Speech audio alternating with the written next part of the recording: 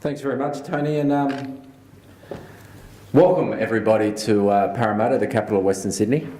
And I must say, to start with, in contrast to you, Tony, with your 30 years at the ABC, I'm a relatively newcomer to politics, only spending 3.5 years. And so we had a brief discussion. We talked about watching politicians squirm on Q&A, and hopefully you won't do that to me today, Tony. We've started off well already. On that vein, can I say that being a politician brings many challenges, especially in Western Sydney.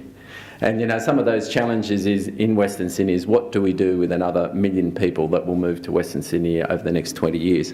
How will we create another 300,000 jobs in Western Sydney to address that jobs deficit over the next 20 years? How do we create affordable housing for the youngest people and the most vulnerable people? We have the challenge of building communities that people want to work, live and socialise. But I guess today is about the way that we can work together, and our challenge is to shape the society in which people choose to live with. But no one could deny that we've made a few mistakes in the past. No one could deny that Western Sydney has many legacies that we're not so proud of, and I guess that's, you know, some of the reasons. It's the tension between developers just wanting to make lots of money and building awful things and smashing up our community. And one only has to look around Western Sydney, and I wasn't going to mention a suburb, I nearly did, to see those 3-storey walk-up red brick awful things. And if anyone's ever door-knocked those, you understand how dysfunctional those are. Can I say, we see evidence in big communities and big clusters of social housing, and it presents so many challenges to how when that concentration of those people with social complex social needs, when we put them all together. But together, we have the opportunity to design the future of Sydney. But as I always say, government can't do it alone. We can do some things. We all need an integrated approach as part of the solution. Whether you're an architect, urban designer or planner, you have a key role in this leadership in the design of our communities. You have a greater role in designing more than simple buildings, but whole communities in which we live. You have the opportunity to design communities in which people want to live. And there's good news. I see that great news for a housing boom, especially for the state's coffers. And that's very good because we can build infrastructure. So we're at 10-year highs in terms of residential construction. And it was interesting, I was at Sydney Water yesterday and talking to them about the amount of the split between units and housing, freestanding houses. And apparently at the moment we're doing about 70% units and 30% housing. And through urban growth, the government agency tasked to doing a lot of things, we are concentrating on infill developments. They've moved away from greenfield sites into infill developments. We can't continue the sprawl out into Western Sydney. Yes, they will provide some answers, but there is no city in the world that's ever built enough roads to build themselves out of congestion. As a state, we can't build enough rail, roads, buses, trains, all those sorts of things so that we can take everybody into the CBD. We need to identify and activate catalyst projects in Western Sydney. And I think if you look around Western Sydney, Parramatta is an exemplar of the challenges that we face today. We have a strong demand in building and houses. Some 45% of my electorate actually lives in medium to high density, yet we still suffer the legacy of poor decisions. We're a jobs centre of something like 50,000 jobs. So we're actually a jobs hub for Western Sydney where people come in. We have the busiest bus rail interchange. 33,000 people go through the interchange every morning to catch a train into the city. In another 20 years, they predict we'll have at least 100,000 people working in the city. Recently, it was great news, the Premier announced that the Parramatta Heritage Precinct was a state significant project.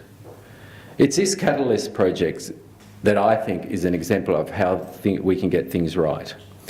For those who don't know, the Parramatta Heritage Precinct is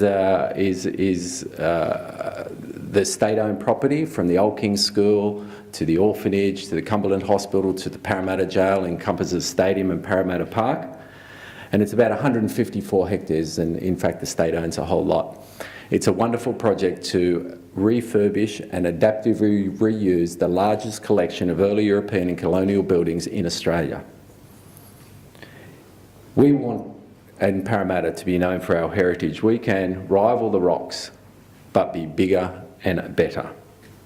It's a wonderful community that we can put in a fantastic precinct, a heritage precinct, but we also can put in a whole vibrant community, a community to house something like 6,000 or 8,000 people in 4,000 homes and create 2,000 jobs. For those who know it, the housing will be 5 minutes walk from the Westmead Biomedical Precinct, a precinct which already employs some 16,000 people, and in another 10 years will go up to 25,000 people. It's 10 minutes walk from Parramatta Station. And if we get light rail from Parramatta Station to the North Parramatta Precinct to Westmead, it'll even be closer.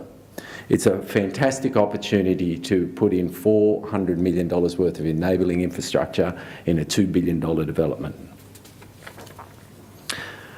But for these catalyst projects, just like the Parramatta Heritage Precinct, we need to get it right the first time, not just focus on individual buildings. We need to focus on distinct precincts right around Sydney, and I notice in the foyer we have lots of different, and I wasn't here before, so I guess you've been talking about all the wonderful precincts that are coming online through urban growth and different ones. But we need to reflect the distinctive precincts, where there's places like Rose Hill and we have our own Little India in Harris Park, or the inner city living right in Parramatta. We need to create public domains that people can stay and enjoy. We need to create destinations so that rather than people just transition through them, they actually stay there and they enjoy their time. Wouldn't it be wonderful to sit along the banks of Parramatta River and watch the water go past and have a cappuccino and watch the world go past overlooking Parramatta Park? And we also need to get the connections right. We need to have a mix of multimodal connections, whether it's pedestrian, bike, light rail, heavy rail and cars. We need to get it right so that we can actually live and work close together and make it convenient for the people. So can I say in conclusion, Parramatta is a young, diverse and aspiring community. Recently, Parramatta was voted the most livable city in New South Wales. And we know that's true because the Urban Development Institute of Australia determined that. Parramatta has one of the fastest, if not the fastest, nighttime economies. It's the economic, social and capital of Western Sydney. Our challenge is to work together to get it right. Our challenge is to create that vibrant communities that people want to live, work and spend time in. We can afford to give people the choice of whether they want to live in suburban streets or inner city living. Finally, I'd just like to thank the Australian Institute of Architects for today's forum and an opportunity to share the vision for Western Sydney. I will continue to champion for good design and make sure that any of the projects that are in Western Sydney are actually designed well and for the people. And thank you very much, Tony, for your time today.